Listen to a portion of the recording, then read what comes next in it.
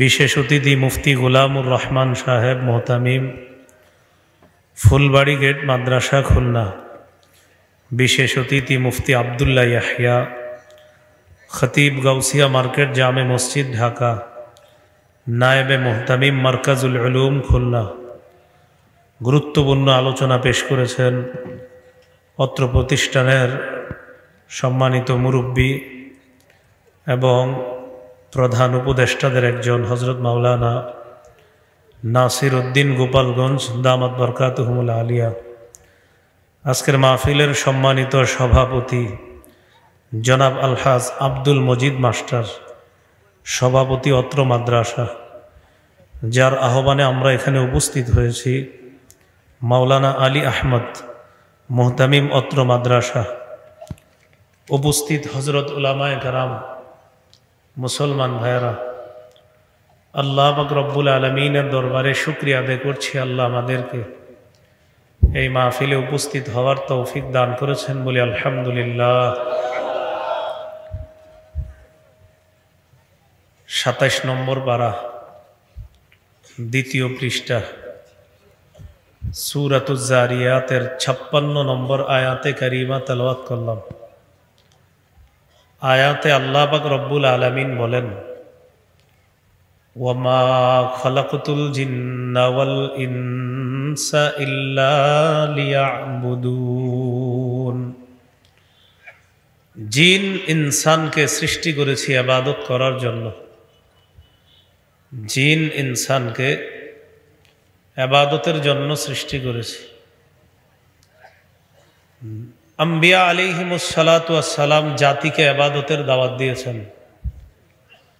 ওয়া ইলা আদিন আখাহুম হুদা ফাকালা ইয়া কওমি ইবুদুল্লাহা মা লাকুম মিন ইলাহিন গায়রু।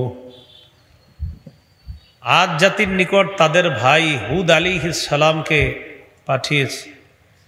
তিনি তাদেরকে দাওয়াত দিয়েছেন, হে আমার সম্প্রদায়, তোমরা আল্লাহর ইবাদত করো, তিনি ছাড়া কোনো ইলাহ নাই। ওয়া ইলা সামুদ আখাহুম সালিহা ফাকালা ইয়া কওমি ইবুদুল্লাহা মা লাকুম মিন ইলাহিন গায়রু। সামুদ জাতির নিকট তাদের ভাই সালেহ আলাইহিস সালাতু ওয়াস সালামকে পাঠিয়েছে। তিনি তার জাতিকে দাওয়াত দিয়েছেন, হে আমার সম্প্রদায়, তোমরা আল্লাহর ইবাদত করো, তিনি ছাড়া কোনো ইলাহ নাই। ওয়া ইলা মাদিয়ানা আখাহুম শুআইবা ফাকালা ইয়া কওমি ইবুদুল্লাহা ওয়ারজুল ইয়াউমাল আখির। মাদিয়ানবাসীর কাছে শুআইব আলাইহিস সালামকে পাঠিয়েছে। তিনি জাতিকে দাওয়াত দিয়েছেন, হে আমার সম্প্রদায়, তোমরা আল্লাহর ইবাদত করো, আখিরাত কামনা করো। মানুষ জিন আল্লাহ সৃষ্টি করেছেন ইবাদত করার জন্য। ইবাদত কতদিন করা যাবে? সূরা হিজরের ৯৯ নম্বর আয়াতে আল্লাহ বলেন, ওয়া'বুদ রাব্বাকা হাত্তা ইয়াতিয়াকাল ইয়াকিন। মরণ আসা পর্যন্ত তুমি তোমার রবের ইবাদত করো। ইবাদত কোরআনে মৌলিকভাবে দুই প্রকার পাওয়া যায়। একটা হলো সাধারণ দাসত্ব, আর একটা বিশেষ দাসত্ব। আল্লাহর রাজত্ব বরত্বের দাসত্ব ইমানদার এবং বেঈমান যারা আছে সবাই একদিন স্বীকার করবে। ইমানদাররা দুনিয়াতেও করে, আখেরাতেও করবে। কাফের মুশরিক বেদিন যারা, এরা দুনিয়াতে বুঝে যে সমস্ত ক্ষমতার মালিক আল্লাহ, না বুঝার ভান ধরে। কিন্তু আখেরাতে তারাও দাস রূপে উপস্থিত হবে, কিন্তু কাজ হবে না। সূরা মারিয়ামের ৯৩ নম্বর আয়াতে আল্লাহ বলেন, ইন কুল্লু মান ফিস সামাওয়াতি ওয়াল আরদি ইল্লা আতির রহমানি আবদা। আসমান জমিনের যারা আছে, যা কিছু আছে, সবাই রহমানের কাছে দাস রূপে উপস্থিত হবে। এটাকে বলা হয় সাধারণ দাসত্ব। ২ নম্বর বিশেষ দাসত্ব। বিশেষ গোলামি বা বিশেষ দাসত্ব করবে আল্লাহর বিশেষ ইমানদার বান্দারা। সূরা ফুরকানের 63 নম্বর আয়াতে আল্লাহ বলেন, ওয়াইবাদুর রহমানিল্লাযীনা ইয়ামশুনা আলাল আরদি হাওনা ওয়া ইযা খাতাবাহুমুল জাহিলুনা ক্বালু সালামা। রহমানের প্রকৃত বান্দা তারা যারা দুনিয়াতে নম্র হয়ে চলে, বিনয়ী হয়ে চলে, অহংকার মুক্ত চলে। ওয়া ইযা খাতাবাহুমুল জাহিলুনা ক্বালু সালামা। জাহেলরা, অজ্ঞরা যখন তাদেরকে সম্বোধন করে, যখন তাদের সাথে কোনো বিতর্ক করতে চায়, তখন তারা বলে সালামা, শান্তি। এইখানে রহমানের বান্দা যারা, এরা বিশেষ বান্দা। এখানে রহমানের এই বিশেষ বান্দারা বিশেষ ইবাদত করে। তাহলে মৌলিকভাবে দাসত্ব, গোলামি দুই প্রকার। একটা হলো সাধারণ দাসত্ব, যেটা রহমানের কাছে দাস রূপে আসমান জমিনের সবাই উপস্থিত হবে। আরেকটা হলো বিশেষ দাসত্ব, বিশেষ গোলামি বা বিশেষ দাসত্ব করে আল্লাহর বিশেষ ইমানদার বান্দারা। ইবাদত উপকার লাভের দিক থেকে দুই প্রকার। আমি আপনি যে ইবাদত করি, এই উপকার লাভের দিক থেকে ইবাদত দুই প্রকার। এক নম্বর, নিজে ইবাদত করে উপকার লাভ করবেন। দুই, অন্যের সাহায্যে ইবাদত করে উপকার লাভ করা। আপনারা নামাজ পড়লেন, আজকে এশার নামাজ, কালকে ফজর পড়বেন ইনশাআল্লাহ। নিজে নিজে ইবাদত করলেন, এই ইবাদতের সওয়াব নিজে পাবেন। তাহলে এই ইবাদতের উপকারিতা আপনি নিজেই পেলেন। উপকারিতা লাভের দিক থেকে ইবাদত দুই প্রকার। এক নম্বর, নিজে নিজে উপকার লাভ করা, নামাজ পড়বেন, নিজের উপকার নিজের লাভ করলেন।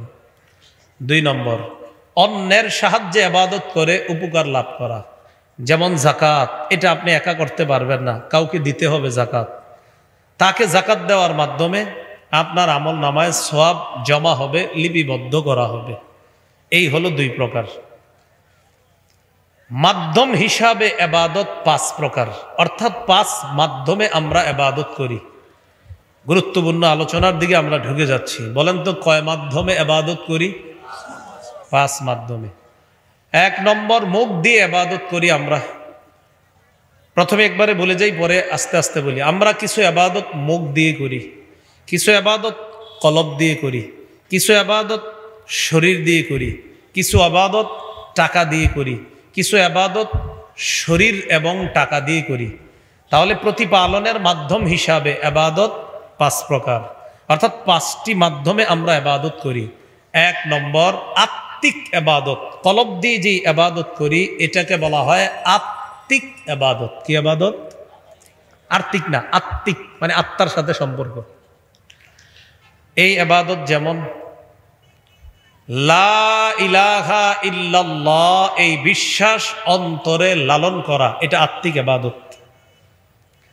সূরা জুমারের 33-34 নম্বর আয়াতে আল্লাহ বলেন, ওয়াল্লাযী জাআ বিস-সিদকি ওয়া সাদ্দাকা বিহি উলাইকা হুমুল মুত্তাকুন। যে ব্যক্তি সত্য নিয়ে আসে এবং সত্যকে দিল থেকে ধারণ করে, সত্য বলে সত্যকে মেনে নেয়, যারা সত্য নিয়ে এসেছে আর সত্যকে সত্য বলে মেনে নেয়, আল্লাহ বলেন আমি তাদেরকে কোরআনে মুত্তাকি বলে ঘোষণা করলাম। কি বলে ঘোষণা করলাম? মুত্তাকি। সহিহ বুখারীর বর্ণনা 44 নম্বর হাদিস। এই হাদিসের মধ্যে আছে, ক্বালা রাসূলুল্লাহ সাল্লাল্লাহু আলাইহি ওয়াসাল্লাম, ইয়াখরুজু মিনান নার মান ক্বালা লা ইলাহা ইল্লাল্লাহ ওয়া ফি কলবিহি ওয়াজনু শাইরাতিন মিন খায়র।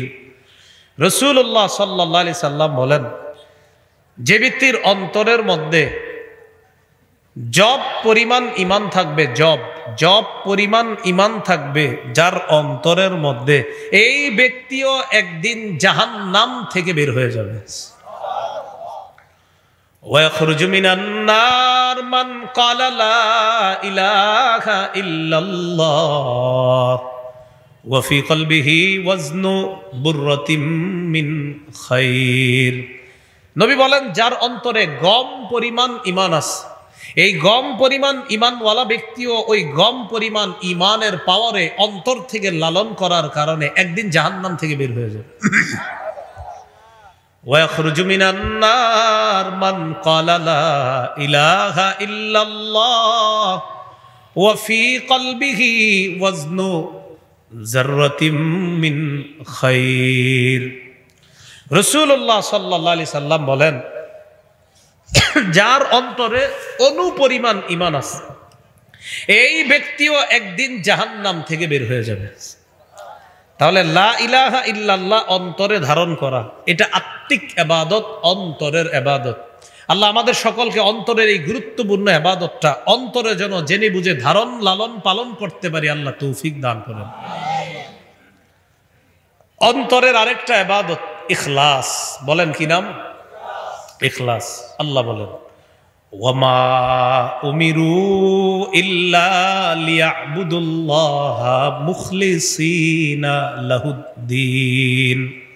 সূরা বাইয়িনার মধ্যে আল্লাহ বলেন, তাদেরকে আদেশ করা হয়েছে তারা যেন দ্বীনকে আল্লাহর জন্য খাঁটি করে তারা ইবাদত করে, একনিষ্ঠভাবে ইবাদত করে। 23 নম্বর পারা 19 নম্বর পৃষ্ঠার একদম শুরুতে আছে, কুল ইন্নী উমিরতু আন আ'বুদাল্লাহা মুখলিসাল লাহুদ্দিন। নবী আপনি বলেন, আমাকে আদেশ করা হয়েছে আমি যেন আল্লাহর জন্য দ্বীনকে খাঁটি করে ইবাদত করি। এই আদেশ আমাকে করা হয়েছে, আমি যেন ইখলাসের সাথে ইবাদত করি। ইবনে মাজার বর্ণনা 3056 নম্বর হাদিস। এই হাদিসের মধ্যে আসছে, قال رسول الله صلى الله عليه وسلم ثلاث لا يغل عليهن قلب رجل مؤمن। 3 ক্ষেত্রে মুমিনের অন্তর প্রতারণা করতে পারে না। কয় ক্ষেত্রে মুমিনের অন্তর প্রতারণা করে না?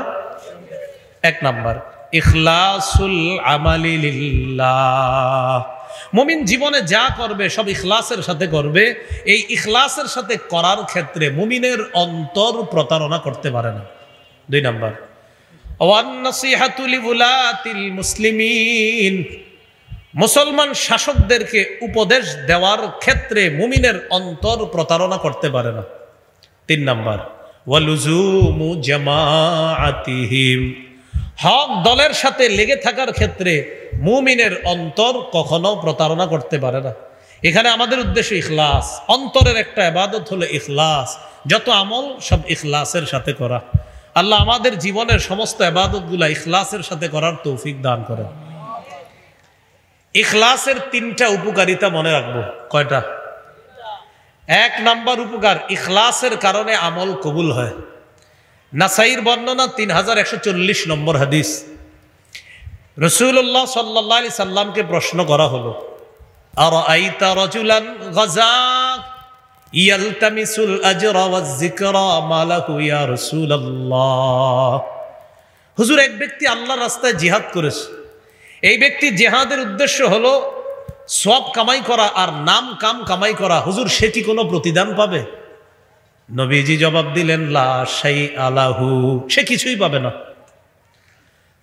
আ'আদাহা সালাসা মাররাত। আল্লাহ নবীকে 3 বার প্রশ্নটা পুনরায় করা হলে আল্লাহ নবী 3 বার জবাব দেয়, লা শাইআ লাহু, লা শাইআ লাহু, লা শাইআ লা।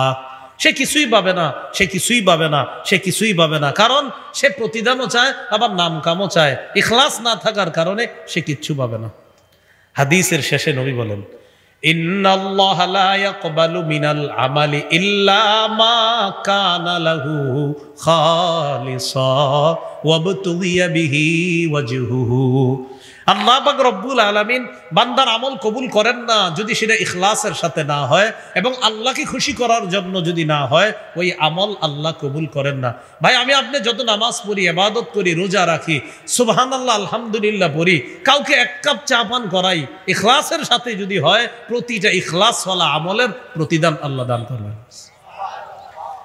তাহলে ইখলাসের কারণে আমল কবুল হয়। ইখলাসের 2 নাম্বার উপকার, ইখলাসের কারণে সওয়াব পাওয়া যায়। বলেন সুবহানাল্লাহ। একটা হলো আমল কবুল হওয়া, আর একটা সওয়াব পাওয়া। সহিহ বুখারীর বর্ণনা 56 নম্বর হাদিস।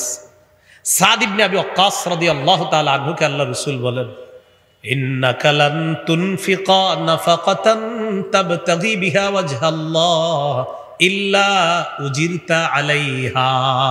তুমি পৃথিবীতে যত আমল করো সেটা যদি আল্লাহকে খুশি করার জন্য ইখলাসের সাথে করো, প্রতিটা আমলেরই প্রতিদান দেওয়া হবে।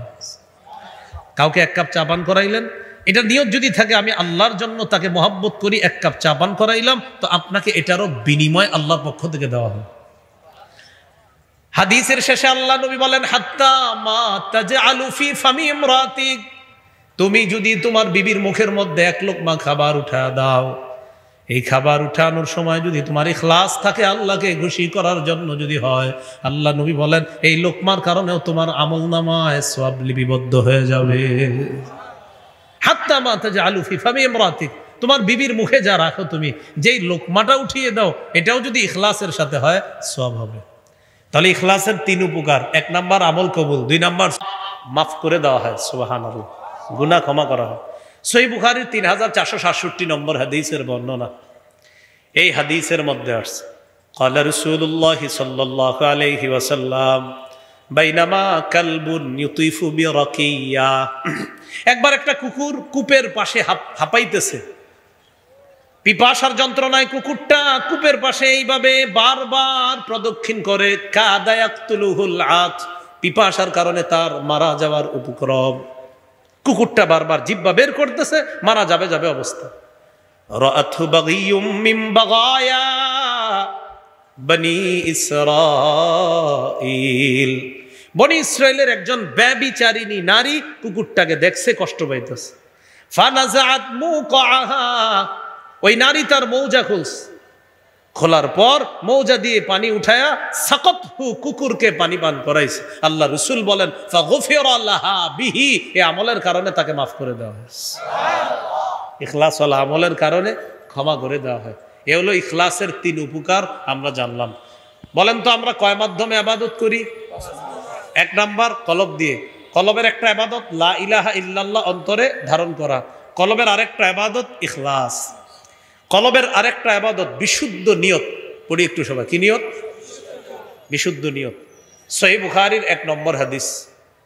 ওমর ইবনুল খাত্তাব রাদিয়াল্লাহু তাআলা আনহুর বর্ণনা, তার থেকে আলকামা ইবনে ওয়াক্কাস আল-লাইসি বর্ণনা করেছেন। আলকামা ইবনে ওয়াক্কাস আল-লাইসি ওমর ইবনুল খাত্তাব থেকে, ওমর ইবনুল খাত্তাব মিম্বরে দাঁড়িয়ে হাদিসটা বলেছেন যে রাসূলুল্লাহ সাল্লাল্লাহু আলাইহি সাল্লামকে আমি বলতে শুনেছি, ইন্নামাল আমালু বিন্নিয়াত, নবীজি বলেছেন আমলের প্রতিদান দেওয়া হয় বিন্নিয়াত, বিশুদ্ধ নিয়তের কারণে। নিয়ত যদি বিশুদ্ধ হয় তাহলে আমলের প্রতিদান পাওয়া যায়। তাহলে বিশুদ্ধ নিয়ত এটা অন্তরের আমল। একটু আমার সাথে যদি বলেন তাহলে মনে থাকবে বিষয়টা। বলেন, বিশুদ্ধ নিয়ত ওয়ালা ছোট ইবাদত আল্লাহর কাছে বড় হয়ে যায়, বিশুদ্ধ নিয়ত ছাড়া বড় ইবাদত আল্লাহর কাছে ছোট হয়ে যায়। কি শিখলাম? বিশুদ্ধ নিয়তের কারণে ছোট ইবাদত বড় হয়ে যায়, বিশুদ্ধ নিয়ত না থাকার কারণে বড় ইবাদত ছোট হয়ে যায়। একটা কিতাব আছে ইবনে রজব হাম্বলির লেখা, জামিউল উলুম ওয়াল হিকাম, 1 নম্বর খণ্ড 13 নম্বর পৃষ্ঠা। আব্দুল্লাহ ইবনে মুবারক রহমতুল্লাহি আলাইহির বক্তব্য, তিনি বলেন, রুব্বা আমালিন সগীরিন তুআজ্জিমুহুন নিয়্যা ওয়া রুব্বা আমালিন কাবীরিন তুসাগগিরুহুন নিয়্যা। আব্দুল্লাহ ইবনুল মুবারক রহমতুল্লাহি আলাইহি বলেন, এমন অনেক ছোট ছোট আমল, তুআজ্জিমুহুন নিয়্যা, বিশুদ্ধ নিয়ত ওই ছোট আমলটা অনেক বড় বানায়া দেয়। বিশুদ্ধ নিয়ত ছোট আমলটাকে বড় বানায়। ওয়া রুব্বা আমালিন কাবীর তুসাগগিরুহুন নিয়্যা, অনেক বড় বড় আমল নিয়ত অশুদ্ধ হওয়ার কারণে ছোট হয়ে যায়। নাউজুবিল্লাহ। 1 টাকা ইখলাস ওয়ালা, 1 কোটি ইখলাস ছাড়া ওই 1 টাকা ইখলাস ওয়ালা আল্লাহর কাছে বেশি দামি। 1 কোটি ইখলাস ছাড়া এটা দামি না। আল্লাহ আমাদেরকে কথাগুলা বুঝার তৌফিক দান করেন। তাহলে বিশুদ্ধ নিয়ত এটা অন্তরের ইবাদত।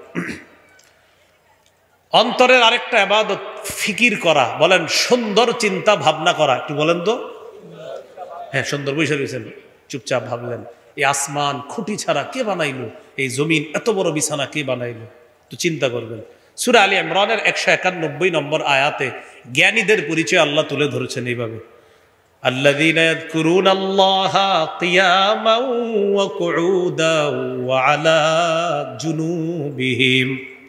আল্লাহ বলেন জ্ঞানী তারা যারা দাঁড়িয়ে আল্লাহকে স্মরণ করে, বসে বসে স্মরণ করে, ওয়া আলা জুনুবিহিম যারা শুয়ে শুয়ে আল্লাহর জিকির করে, ওয়া ইয়াতাফাক্কারুনা ফি খালকিস সামাওয়াতি ওয়াল আরদ যারা আসমান জমিনের সৃষ্টি নিয়ে চিন্তা করে, করার পর বলে রব্বানা মা খালাকতা হাযা বাতিলান সুবহানাক ফাকিনা আযাবান নার।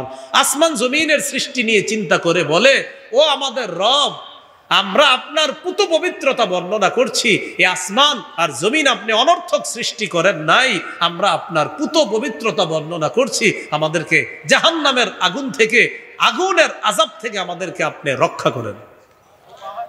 তাহলে ফিকির করা অন্তরের ইবাদত, বৈশা রয়েছেন একা একা, ভালো ফিকির চিন্তা ভাবনা করা এটা আত্মিক ইবাদত।